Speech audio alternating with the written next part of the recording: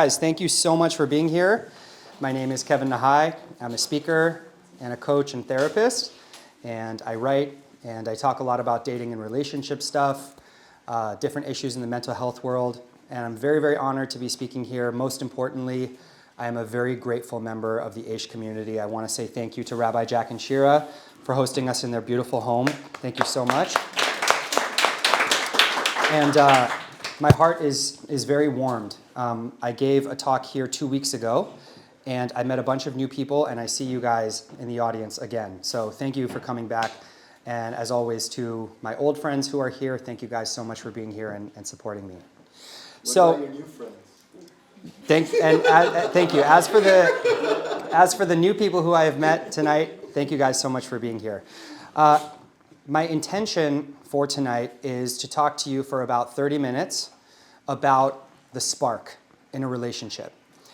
Just before I started, I had a new friend say to me, I'm here, but I'm very skeptical of this idea, that you don't need the spark. And recently I was giving a talk at Sinai, and this was something that I talked about during the talk, and an audience member shot up her hand, and she stood up, and she was all indignant and had a point to prove about how the spark is so important for her. And, by the end of the talk, I was able to sort of convince her to think about things a little bit differently. So hopefully you will walk away with an elevated and opened perspective on this. And once I learned this, it completely changed the way I approached my dating life and my relationships. And it opened up an entire world of possibilities that I never knew before. So this class and this lesson really is a gift. And my hope and my prayer for everybody here is that you take this lesson, you apply it in your lives, and we all find our besheret. We make beautiful Jewish children and grandchildren. And every day. Yes, every day. If you have any questions, during the course of this, just whip out your phone and write it down. We're going to do a Q&A at the end. And the Q&A is always everybody's favorite part. So raise your hand for me. Just a second, Brian.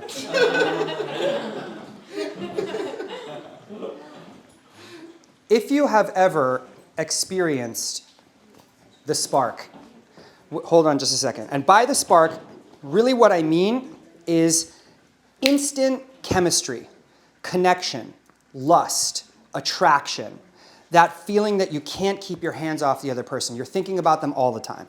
Raise your hand if you've experienced that. Okay. I guess the people who have not experienced that have never gone on a date. Just kidding. Okay. Now, raise your hand if you've had that experience and it has ended badly. Okay. Case closed. Thank you for coming to my TED Talk. That's it. It doesn't take a rocket scientist to figure out. The point is, if it starts with a bang, it ends with a fizzle, right?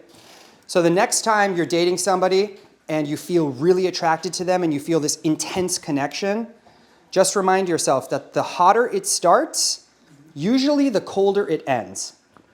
The hotter it starts, the colder it ends. And I'm going to tell you the 3 reasons why. But first, I'm going to share a personal story with you. Usually, if somebody tells you that the spark is not essential in order for you to have a good relationship, it's going to come from a rabbi. It's going to come from somebody who has very traditional dating norms. It's going to come from somebody who perhaps married their first partner, maybe your grandparents who have been together for 63 years and it was an arranged marriage back in Iran or, whatever. But I'm here to tell you that I am a young, straight, regular guy. I'm a young professional. I have had sex outside of marriage. I have had the spark. I have had good relationships. I've had bad relationships. And I'm just like you, right? And the experience that I want to share with you is just one of a few that taught me this lesson the hard way. A few years ago in 2018, I met a beautiful young Ashkenazi woman, And from the moment I met her, we had the spark. We had an intense spark, an insane connection, chemistry that I had really never experienced before. And we slept together on the second date, which is something that I would never do now. And in my ignorance and in my naivete at the time, I thought that we slept together on the second date because she was so in love with me, and because I was so special, and because this connection was so alluring. What I didn't realize at the time is that if you are sleeping with somebody on the second date, you are likely doing that fairly often over and over again, which means that that spark is very ephemeral and doesn't actually lead to a lasting connection. That's something that I learned later. At the time, I thought, oh, this instant connection, this instant attraction, this must mean that we are perfect for each other. I was mistaking chemistry for compatibility. What ended up happening was that we dated for 3 very, very rough months. She was not the right person for me. I don't mean to speak ill of her.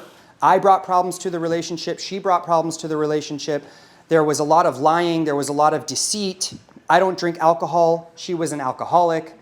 There were so many ways in which God was trying to show me that this relationship is not right. However, the glue that binded us together was that spark. I kept returning and I kept trying to make it work because I was so convinced, because of the pheromones and the chemistry and the connection, that I've never felt anything like this. And every time we get together, it's like magic is in the air. That was the glue that was binding us together, not our communication, not our values, not our compatibility, not a shared vision of the future, not any commonality. And as I said earlier, for me, it had a very sweet beginning and a very bitter ending. It started with a bang and it ended with a fizzle. And the worst part about it, I don't know if anybody here can relate, is that because I was so enamored by this connection, I would go home and I would ask myself, what's so wrong with me that this relationship isn't working out? And I feel so emotional when I tell this story, because if I can go back to my 26-year-old self and give him a hug and just tell him that there was nothing wrong with you, this was just the wrong match, and tell him, don't mistake chemistry for compatibility. That's one of the things that I want to share with everybody here. When you're enamored by the connection and it's just not working out, we tend to go home and give ourselves a laundry list of problems that we have found in ourselves because we're convinced that if we have this connection, the relationship must be right. And if it's not right, then we find the fault within ourselves, we blame ourselves, and that is how we accrue emotional damage and baggage from failed relationships. It's by being enamored by something that is ephemeral and doesn't really hold in the long run, and then thinking that we must be the problem, rather than dating based on values and compatibility, and then figuring out within the first few dates whether it's right or not. So the reason that I share this story with you is, again, to emphasize the point that I'm just like everybody here, right? I don't want anybody here to think that I'm trying to proselytize or speak from my high horse, or, we've all had this experience before. But I ask that with your help, we are a new generation of young Jews who want to be in happy, healthy relationships. And we can together if we all date smarter, not harder, right? If we all date based on our values, a shared vision of the future, compatibility, our capacity for stable relationships, love, not convenience, true connection, not chemistry. if we bind together and date this way, then all of the stories that you hear about how the dating apps are terrible and guys are jerks and women are so materialistic and this and, everything that you hear, it's slowly going to start to dissipate because each and every one of us can be a drop in the ocean. Just like blue dye that you drop into the water and it dissipates and paints the whole ocean a beautiful color. Each and every one of us can apply this lesson, as well as many others that I teach and many others that you can learn from Rabbi Jack, and we can change the dating culture. So that's my hope and my prayer for us. Reason number one why you don't need the spark. First, let me just say the spark is nice. I like it. It's fun. It's enthralling. I don't want to convince you that it's a bad thing or that you should look down on it or purposely avoid it. But I do want to convince you that it's not necessary in order to have a stable, healthy relationship. Okay? And the first reason is that the spark masks problems and distorts judgment. The spark masks problems and it distorts judgment.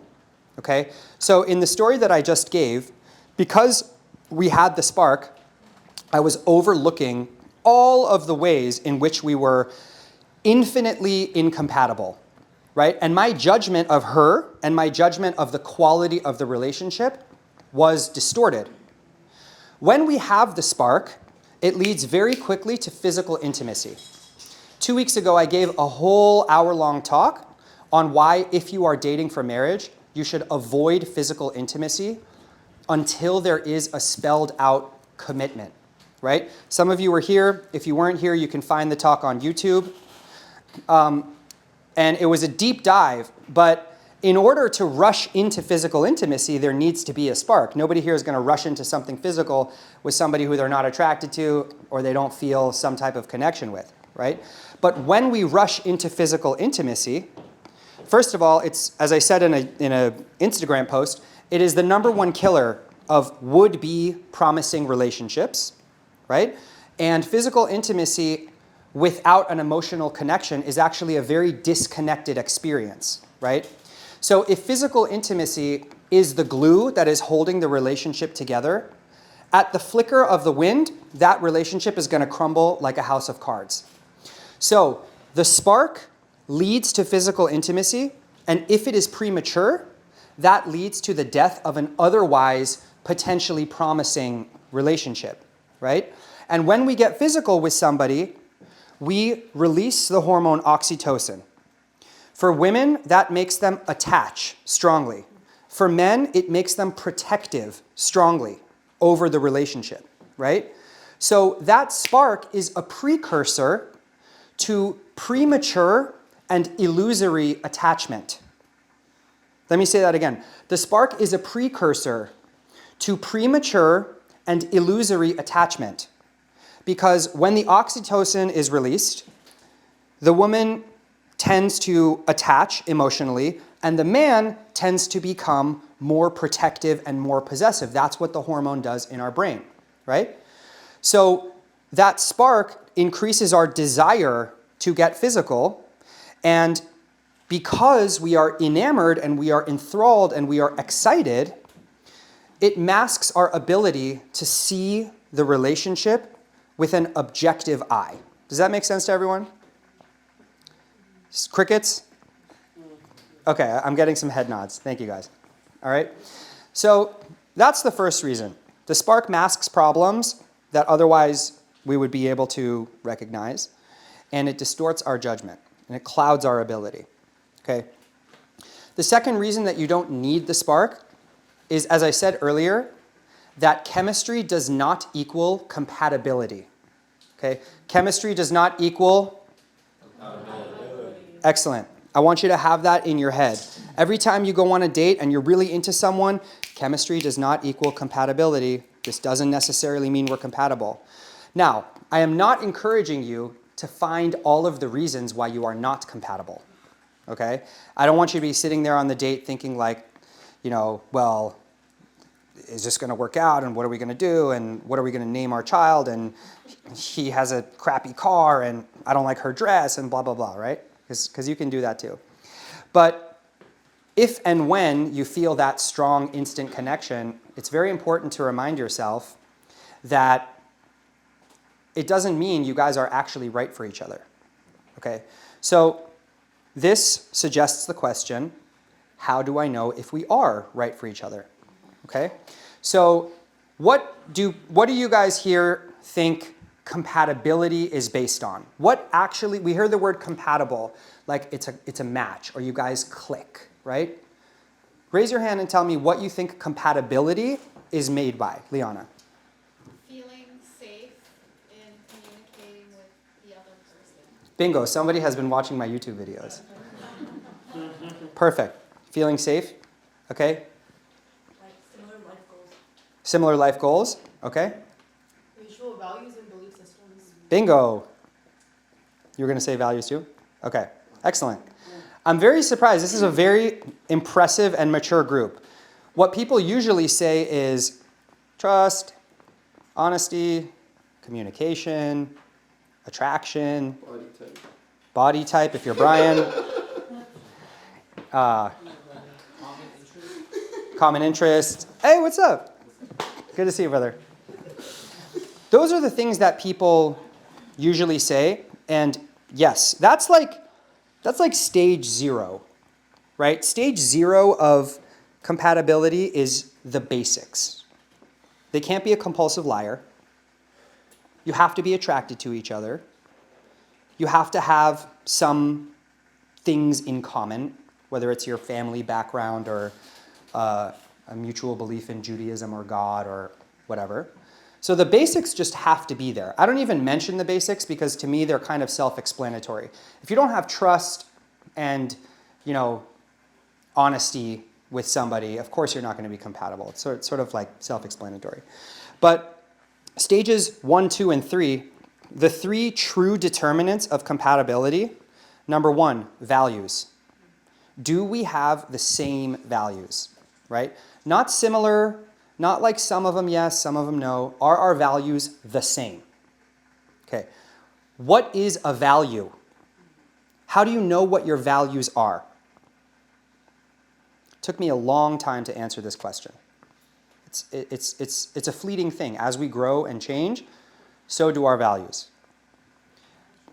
But if you sit down on a date and you don't know what your own values are, it is sort of like going to the car dealership and the salesperson telling you, I don't know the year of this car, I don't know the make or model, I don't know the horsepower, I don't know how many miles it gets to the gallon, right?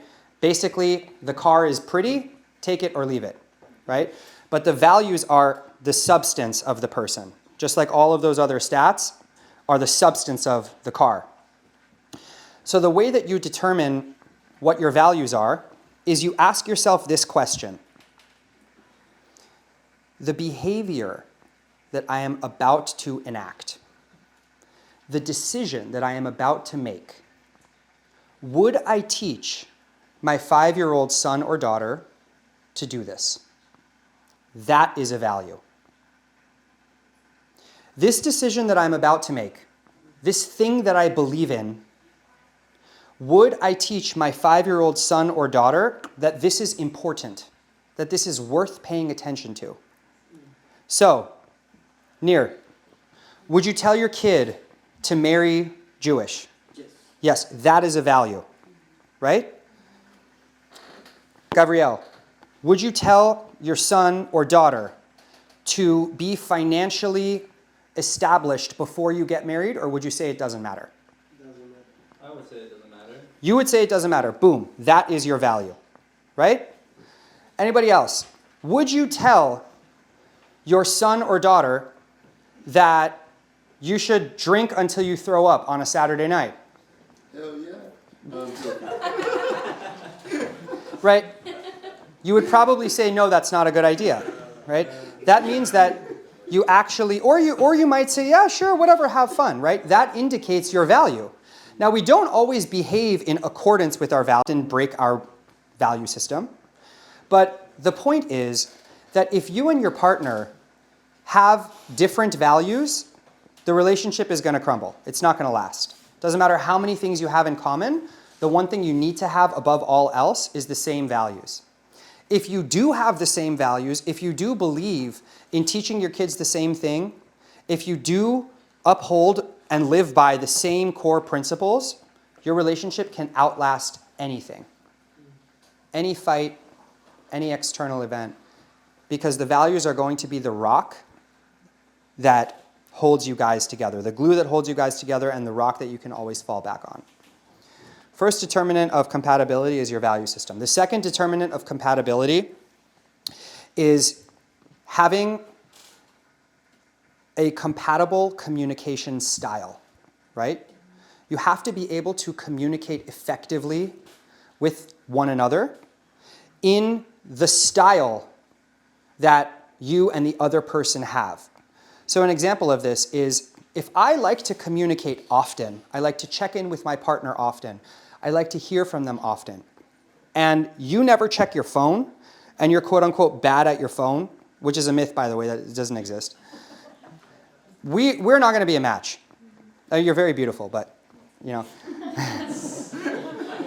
Okay? She's thinking, I don't want to go out with you anyway. Okay? If I'm the type of person who needs space when there's a conflict, and you're the type of person who needs to hash it out and talk about it right now or within a reasonable amount of time, we're not going to be a match. Because my space to you is going to feel like rejection, and your desire to communicate now to me is going to feel like clinginess and suffocation. Okay? So the thing that a lot of couples counselors miss is they bring together a couple, they have a couple in their office, and they try to teach the other person how to communicate. They try to teach the other person how to speak their language, right? Because what often happens is I'm talking to my girl in French and she's talking to me in Chinese, right? So let's try to bridge that gap, okay? That's sort of the conventional wisdom. The issue with that is that it overlooks our default emotional constitution when it comes to communicating. Each one of us has a default, right? Based on our emotional needs, based on our attachment style, based on how our parents communicated with us when we were kids. And in a relationship, you will always default back to that particular style or mode of communicating, right? If our modes of communicating don't fit together like a puzzle piece, then it doesn't matter how much I try to teach you to speak my language and you try to teach me to speak your language, right? Our styles have to fit. They don't have to be exactly the same, but they have to be close enough. Does that make sense? Did I do something funny? Question. What do you mean by style? Like, is that your reaction to the communication? Or? No, it is the method with which you like to communicate. Meaning verbal versus text versus whatever? It can be verbal, it can be text, it can be how you react, it can be how often you like to communicate, frequency, right? Are you very sensitive? Are you more straight and blunt and to the point, right? If you're somebody who needs a soft and compassionate delivery, and I'm somebody who's like straight and to the point and tough, you're going to be very turned off every time I try to communicate with you, and I'm going to think you're annoying. You get what I'm saying? So if you and I go to couples counseling and the couples counselor tries to teach us, well, you need to communicate more softly and more compassionately, and you need to be like less blunt and to the point, right? You can try to bridge that gap, but there was a problem at the outset. The problem at the outset was that my style, which is part of my inherent personality, is not compatible with yours, right? I'm not saying that's a reason to break up or a reason to divorce, but most of us, if not all of us are single, right? So I'm trying to give this information so that we can date, more intelligently based on our own emotional needs. Hold on, let me do questions at the end. You mind? Okay. So that's the second determinant of compatibility. And the third one, as my genius friend Liana said, is that you feel safe in the relationship. This is one that does not get talked about enough. You've heard about values, you've heard about communication, you've heard about the basics, right? But the one that doesn't get talked about enough is a feeling of safety in the relationship. And unfortunately, that is not something that can concretely be described, right? With some people, you just feel safe, and it feels easy, and it flows. You're not worrying when the next text is going to come in. You're not worrying about when the next date is going to be scheduled, because you just know that it's going to flow organically. And with other people, no matter how perfect they are on paper, your grandmother set you guys up, and they have the best job, and they're from the best family, and they're Jewish, and they speak Hebrew, and they speak Farsi, and they went to Sinai, and everything. You just get this feeling that something is wrong, that something is off. You just have this intuitive anxiety about the match. That means that you don't feel safe in the relationship. And you can try to make yourself feel safe until the cows come home. And you certainly should talk to someone. Ask your therapist, ask your friend, how do I know that this isn't just me being anxious or me being too picky or whatever, right? Don't just throw the baby out with the bathwater. But if you keep returning to that feeling that something is wrong and you have this brewing, low-level hum of anxiety, even though they are perfect, that means you don't feel safe.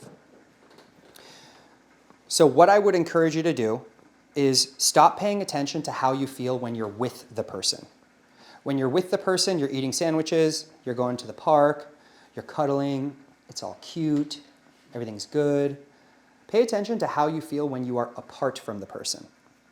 When that car door slams and they drive off, are you wondering about the next text? Are you wondering about the next date? Are you wondering why they said this and why they didn't say that, right? That may be an indication that you don't feel fully safe. The way you test the safety in the relationship is by how you feel when you guys are apart, okay?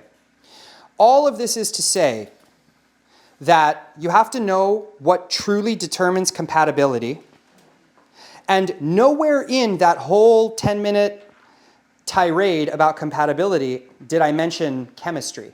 Again, chemistry and connection are nice, but they do not mean compatibility, okay? Third reason that the spark is not necessary, this is if you take nothing else away from this talk, pay attention to this. At a certain point, you guys, loving someone becomes a choice. There will come a point after a year, maybe 5 years, maybe 20 years, when you wake up next to your husband or wife and you have to make a decision, a conscious decision to love them.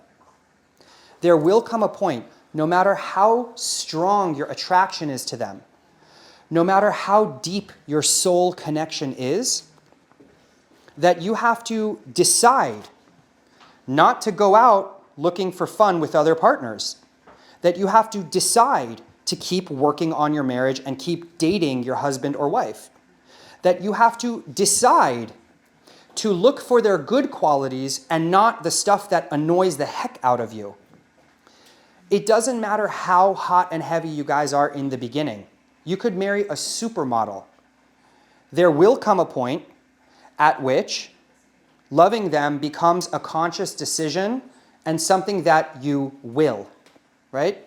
There will come a point where that decision to love them is willful because there are so many options all around us all the time.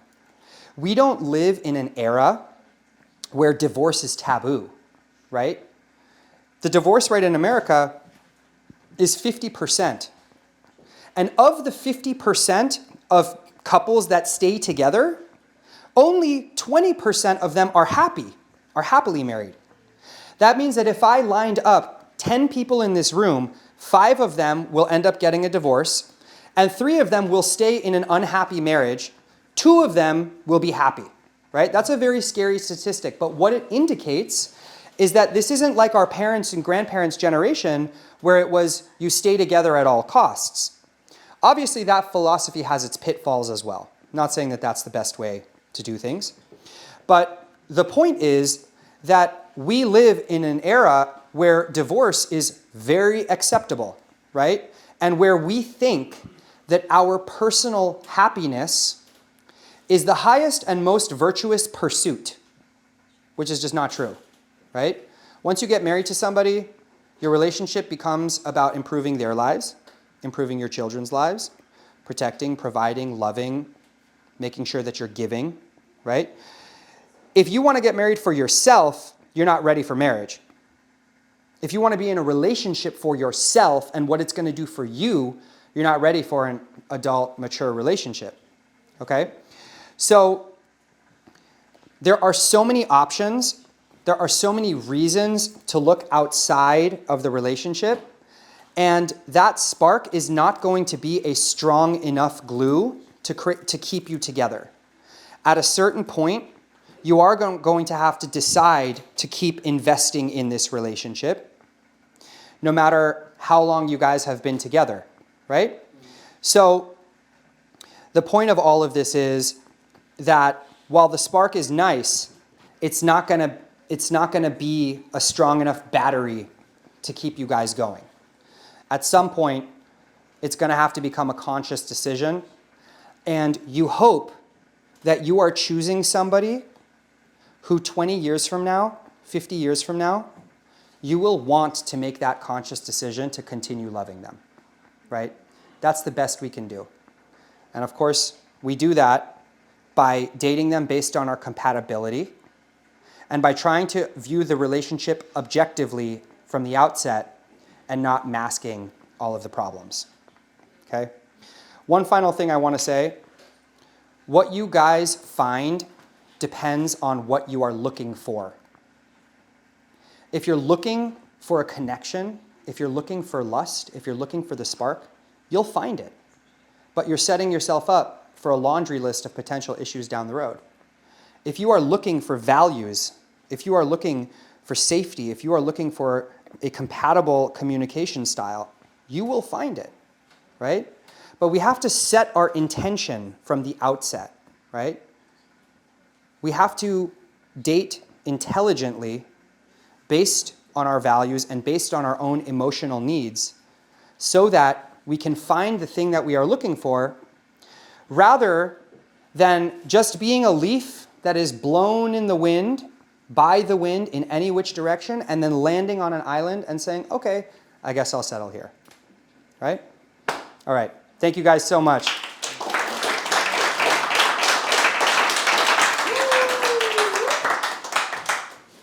All right, question time. When you ask a question, just tell everyone your name. Hi, I'm Alex. Alex. I'm curious about, one thing I learned about through dating is that we're actually not supposed to ideally look for compatibility, but more for complementary, and that even like, well, definitely our dating relationships, but our family and stuff, sometimes they complement us in different ways.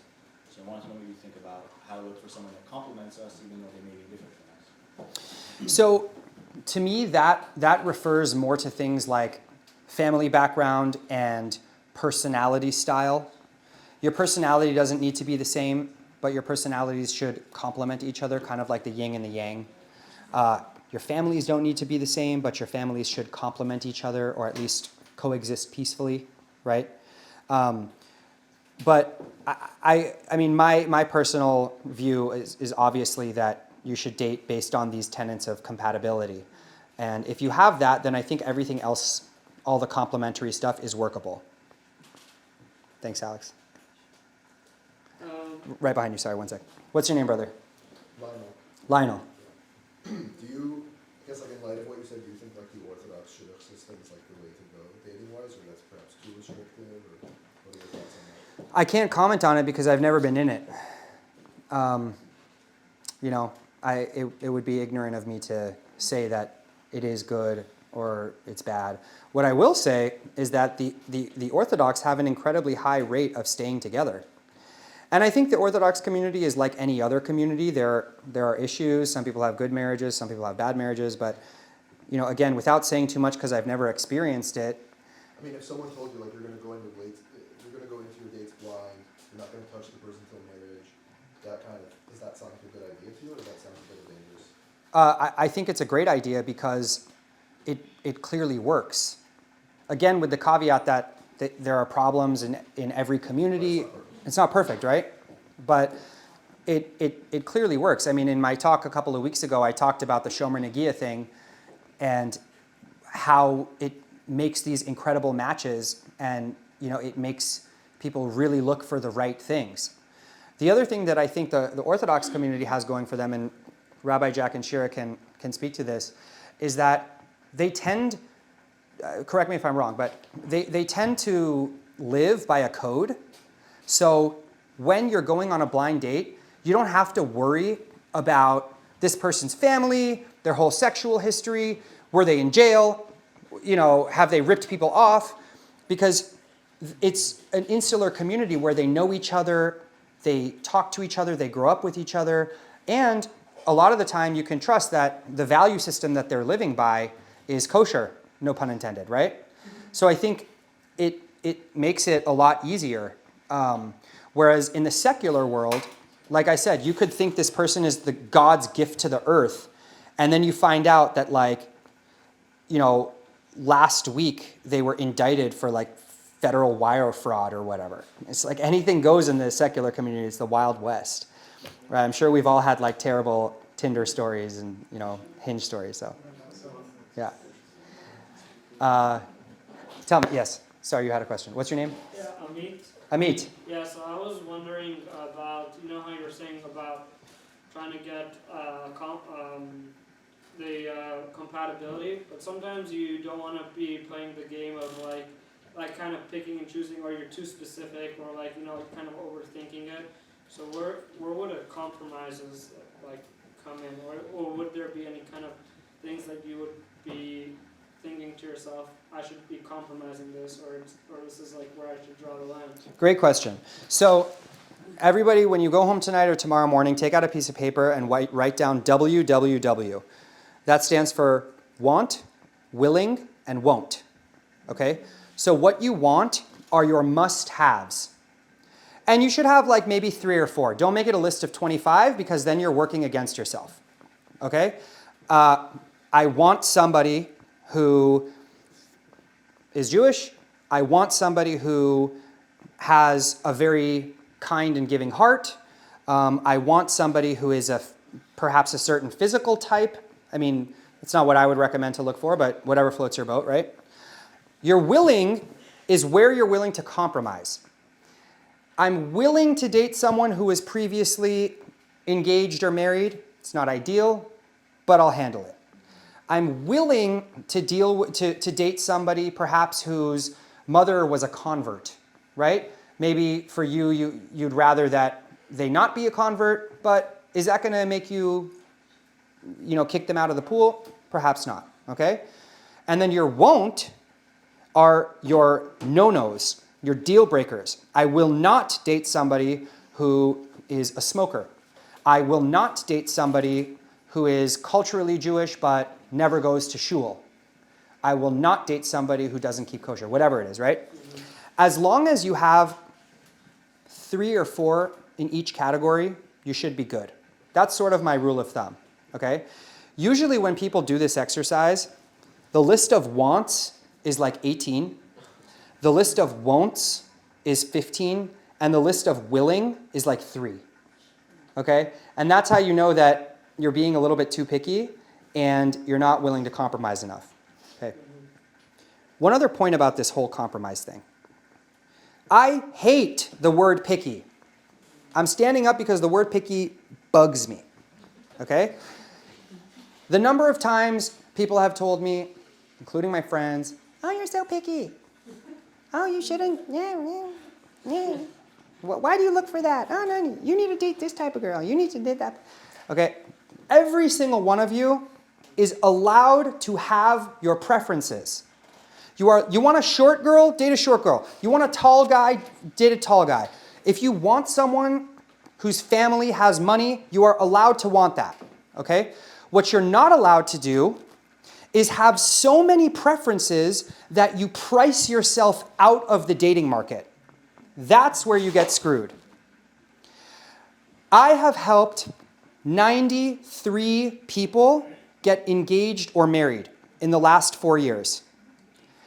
Not one of them did I ever tell them, you're not allowed to want that. No, don't say you want to date a lawyer. If you want to date a lawyer, you're making, it's what about the mechanic? What about the accountant? Some people tell me they want to date a lawyer, and that's one of their wants. Okay, fine. Do you have 25 other wants? Now you're in trouble. Is dating a lawyer so important to you that you're willing to have it as one of your 3 or 4? Okay, fine, right? That means you better be willing to compromise on a whole bunch of other stuff. So I really want to empower you and help you believe that you can have the things that you want. You just can't have so many of them that you're not willing to compromise on other areas. It's all about priorities. Does this make sense? Okay. Can I just interject? Of course. It's very important. When you write this, that's okay. When you write this list of things that you want or don't want, or must-haves, you'll see that it really tells you what kind of person you are. You must have a Lamborghini. Yeah, I'm just giving you an example. Right? So the more external a person is, the more you realize your must-haves are external also. And it's not about being picky or not picky. It's almost like a child who is playing a game, a toy, and he gets older. At the beginning, that toy was everything to him. As he gets older, the toy is not even interesting to him anymore. It's not because he chose that he doesn't like the toy. His life is meaningful to a point that the toy has no interest to him anymore. Meaning, a person needs to ensure, if people ask me, what's the greatest thing about dating, or what's the most important thing about dating? It's about growing yourself. Because the greater of a person you become, it's not that you become more picky, and it's not that you're saying, I want or don't want as much. You have to write this list, by the way, must have some. But it's more about what's important and what's really valuable. And that's where dating really takes place, is where I have a lot of personal growth, internal reflection of what's really important. Why do you like her? Because we both jog together. Just because you do things that are similar doesn't mean that you're compatible. You just do similar things. I don't know if I wasn't here, I was on a protocol. But just because you do things that are similar, it's not yet an indication of compatibility. It might be in your eyes because that's a very mundane thing. What is it that I really want? I need to ask myself, what is it that I really want? And some people say, I want a cute girl. Okay, that's important, of course. You've got to be attracted. You don't want to wake up to someone that you really are not attracted to. So that's important. But is there anything on a deeper level? Like what's the depth? What are the wants? Okay, so that's my Beautiful. 100%. When I first made my WWW list, again, there was a lot of stuff. There was like 20 stuff in the must-haves and 20 things in the no-nos and not very much in the compromise area. Now I've really solidified it. You ask me what are my must-haves? Boom, there are 4 of them. You ask me what are my willing? Boom, there are 5 of them. You ask me what are my no-nos? Again, there are 4. I can tell you like that. Every 6 months I sit down and I rewrite this list to calibrate how I'm growing and how I'm changing. Very powerful exercise. One sec, Leo. Yes, sir. Do you think there's What's your name? Tomer. Tomer! Do you think there's a gap though between the theory and what happens when you're put up to the test of reality? Because in theory you could sit and write, yeah, I'm willing to compromise, and then you get in a situation where you put up to the test and it blows up in front of you. So, I mean, obviously that means you need to recalibrate, but like, how do you stop lying to yourself about what you're willing to compromise? So it's very important to make this list when you're single and when your judgment is not distorted by some cute girl in front of you who you're dating or messing around with or whatever, right? If you make this list when you're like pretty single, that's how you know that it's a gold standard, because you wrote it with clarity. Then if you start dating somebody and she has all of your no-nos, she has none of your must-haves, and you have to compromise on everything in the middle, right? You have to compare it to your gold standard. And you have to stop kidding yourself, as you said, Tomar, right? Now, have you ever heard people say, I thought I wanted all these things, and the person I ended up with was the exact opposite? All the time, right? Okay. This is not in contradiction to what I'm saying. My own sister, when she was 23, she met a guy who she swore up and down for 3 months while he was pursuing her, I'll never go out with you. Like, forget it, Michael. It's not happening. They've been together for 10 years and they have 2 babies and a beautiful house in Encino. So, yes, it's true that sometimes the thing that we think we're going to end up with or the thing that we're going for ends up being completely different. However, the values were there. The compatibility was there. It just came in a different package. You thought you were going to date a Persian Jew, you ended up with a Moroccan. You thought you were going to date somebody who was a lawyer, you ended up with a school teacher. You thought you were going to date somebody who's really into fitness and yoga, you ended up with a book nerd, right? The package may be different, and that's what people are talking about when they say, oh, I ended up with someone who is the complete opposite. If you end up with somebody who's the complete opposite of you in terms of values, it's not going to work, right? And also, speaking of things not working, this is sort of a dark thought, but it is true. Every time you guys see one of your friends get married, and you're like, oh, I'm the only single one left. I'm like the last one of my friend group. Everybody else is getting married. Just remind yourself that you don't know what's going to happen to that marriage in 10 years. Marriage is not the goal. A happy, stable relationship that lasts is the goal. So if all of your friends got married right now around the age of 28, 26, 30, 32, whatever, and you're like, damn, I'm the last one left. This is so sad. Come back to me in 15 years. Tell me how they're doing, right? You'll have a very different perspective. They chilling. Hopefully they'll be chilling. God willing, they'll be chilling. Lionel. So how do you differentiate between attraction and the spark? Like, what's the difference? Because I feel like what you said about you don't need the spark, that someone can misinterpret that as like you don't need to be attracted to the person. Which I don't think you're saying. No, let me clear the record. You do need to be attracted to them, as Rabbi Jack said. Okay? But being attracted to them means that when you look at them, whether it's a guy or a girl, you think they're beautiful. The spark means when you look at them, you think they're hot. Does that make sense? Is it just like don't act on your desire to touch them and things like that? Like, is that kind of the message we're going for? That's one message. As I said, if you have the spark, it's nice. I'm not trying to demonize the spark or say that it's always going to lead to bad things. But yeah, first of all, certainly don't act on it. Secondly, if you feel like you can't keep your hands off the person, you're thinking about them all the time, you have butterflies in your stomach, you can't wait to see them, it impedes with your functioning at work because you're checking your texts every 5 minutes because you're just obsessing over them, it's usually an indication that that's not an adult, healthy, mature relationship that's going to last, right? So just remind yourself, the hotter it starts, usually the colder it ends. Okay. One sec, let me get Liana. Tell me. So you talk about somebody going to find the spark and connection and how it's wrong for them to go and do that, but don't you think it's a little bit a deeper thing inside of them if they're wanting to chase that spark and connection of something unhealthy, deep inside of them, they have to work out something that's unhealthy that they want to chase that thing, otherwise, wouldn't they be able to indicate that connection takes time? I don't think it's wrong of a person to date based on the spark. There was a time that I did that.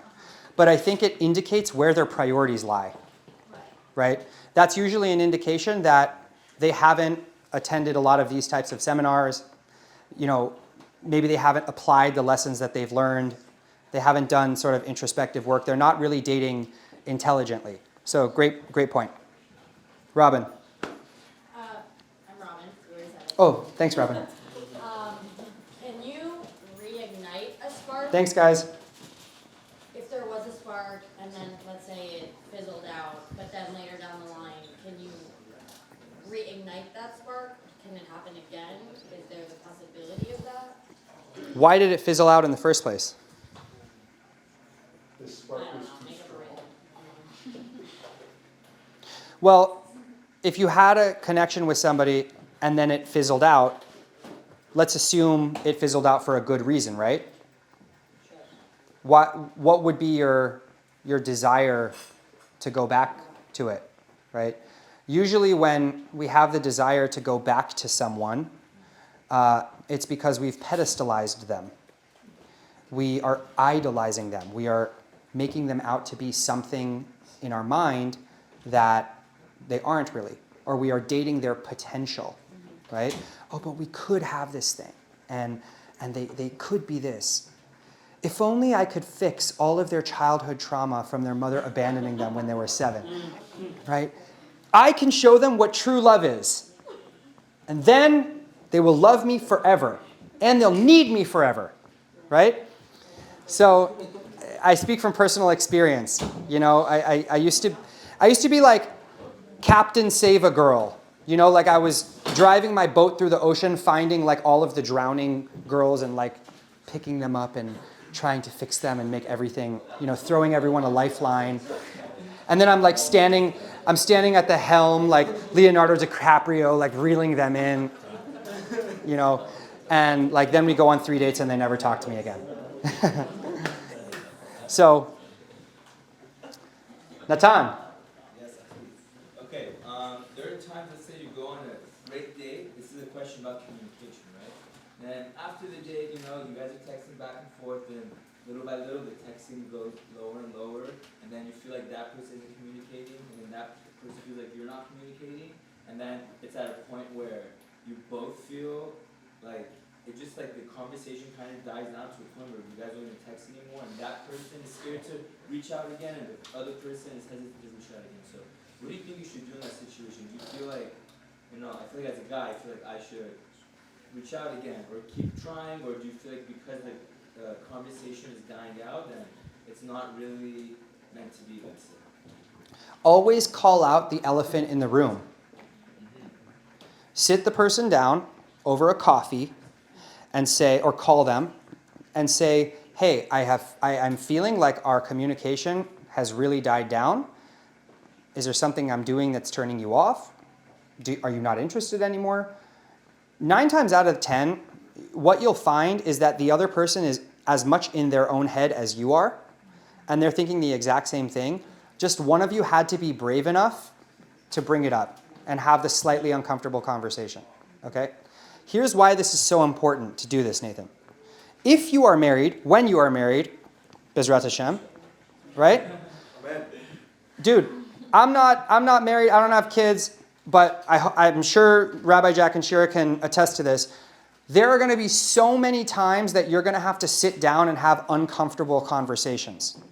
The happiest couples sit down for 60 minutes a week on a Sunday or whatever and ask each other, what am I doing that's annoying you?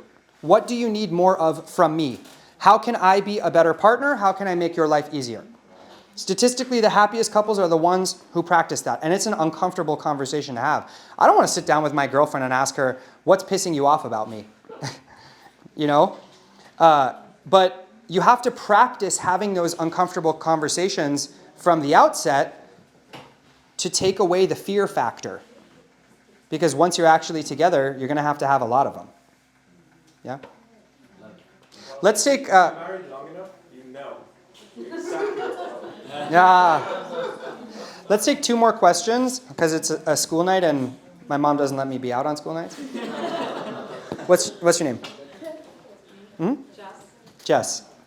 So I understand the aspect of the spark isn't necessarily the same thing as there's the compatibility there, and I get that part.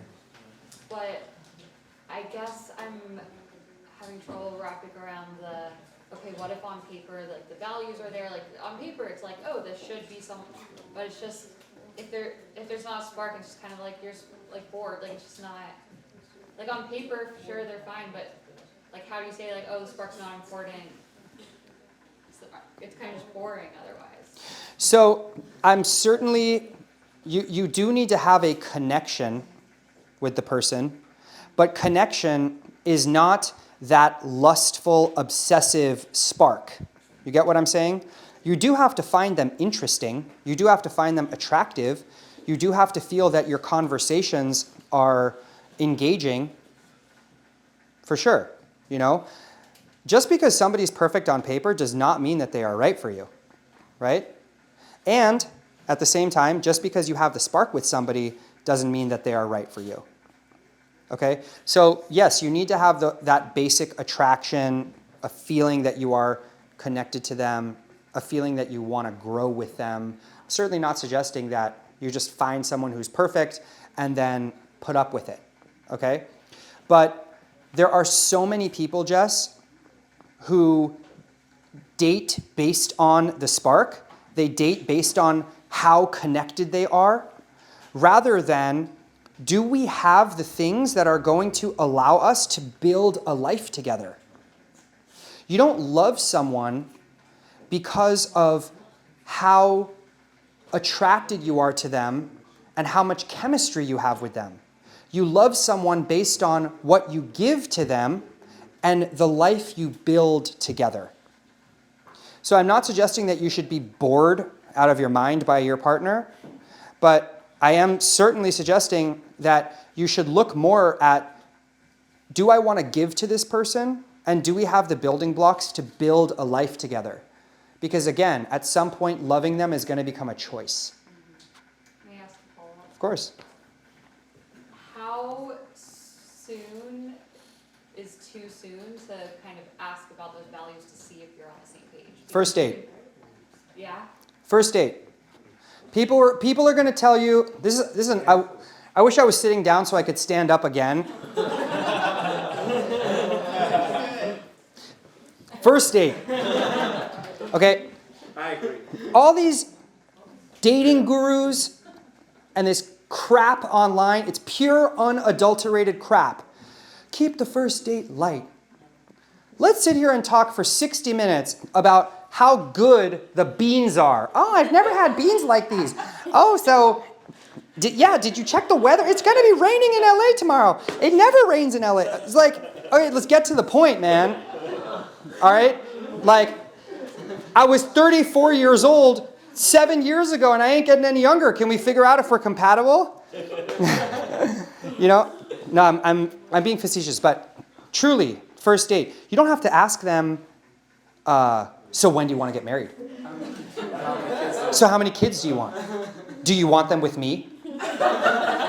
Do you know that my grandmother was diabetic? Is that going to be an issue for you? I'm only 5'8", and you're only 5'2". I think our kids are going to be short. You know, but ask, what was your childhood like? What's one thing you love that your parents did? And what's one thing you would like to do differently with your own kids? Do you keep kosher? Amazing. How come? Do you think you would want to have a kosher home in the future? Where are you kind of in your dating journey? What are like your intentions at the moment, right? These questions, these are not like heavy-duty questions, okay? No promising relationship ever ended over asking the wrong question. If you ask someone, so what are your intentions? And they run for the hills, Baruch Hashem. If that question freaks them out, you are so lucky, go home and get on your knees and thank God that he removed that person from your life. Follow what I'm saying? So again, like, you don't bombard the person with, you know, all sorts of your dating anxiety. But don't be afraid to ask serious questions. It's all about the delivery. Ask them with levity, with vulnerability, suggest some things about yourself. Get to know each other. One more question. Well, you guys want to duke it out? We'll be quick. Okay. Let's do both. Alex. What do you think about the state of our generation versus our parents? You're saying this 50% divorce rate. Do you think things are getting better? Where it stands now? What do you think of the relationships? And do you have more hope than our parents? I don't know if it's better or worse. I think that our parents' generation, the idea that you should stay together at all costs has a lot of pitfalls. There are a lot of unhappy marriages there. In my grandparents' generation, I don't know if this is like a thing in Iran, but like all of the men cheated on their wives and their wives just like kind of dealt with it. And I don't think that that's necessarily healthy. But our generation, where we're constantly paralyzed by this paradox of choice, of having so many choices and thinking that divorce is just so common that it's like not a huge deal. It's like whatever, you move on. That's very unhealthy also. So I think we're just dealing with different challenges. But here's one thing that I will say that is very indicative of the future for our generation. Is it okay? Do you guys want to head out? No. Everyone's okay? Everyone wants to stay. Anyone who wants to head out, please don't let my blabbering keep you past your bedtime. One thing, Alex, is there's one way in which our generation got screwed that we all have to band together to overcome, okay? Our parents and our grandparents got the message that you find a great mate and then you build your lives together. That was the message that was perpetuated to them and that they downloaded. The message that our generation has received is you build your life, you build your finances, your security, you do your exploring, you do your wild phase, maybe you become a stripper for a couple of months, then you grow out of it. I'm kidding. But our generation got the message that you build your life and then you find a partner. Okay? That's a very dysfunctional, toxic belief. This idea that you have to be perfect on your own, you have to be financially established, you have to know your career. At that point, then you tell the person, what do I need you for? I did all of it. Exactly, right? Now you built this whole thing together and you're basically just like, seeing who wants to come for the ride at that point. Also, like, I'm 30 years old. I'm nowhere near my peak, Back in my parents' generation, it was, in the 80s, it was not only much easier, but it was very common for a 28-year-old man to be married with 2 children with a home, right? So if I'm going to wait until I can afford a home or several homes, my career is at its peak, and now I'm ready to get married and start a family, I could be 35, I could be 40, who knows? So that's a message that we really have to overcome, right? Don't wait until you're established, whatever that means, to find a good mate. Find a good mate and build your lives together. Thanks. What's your name, brother? My name's Jacob. Jacob. I have a question about what is the spark.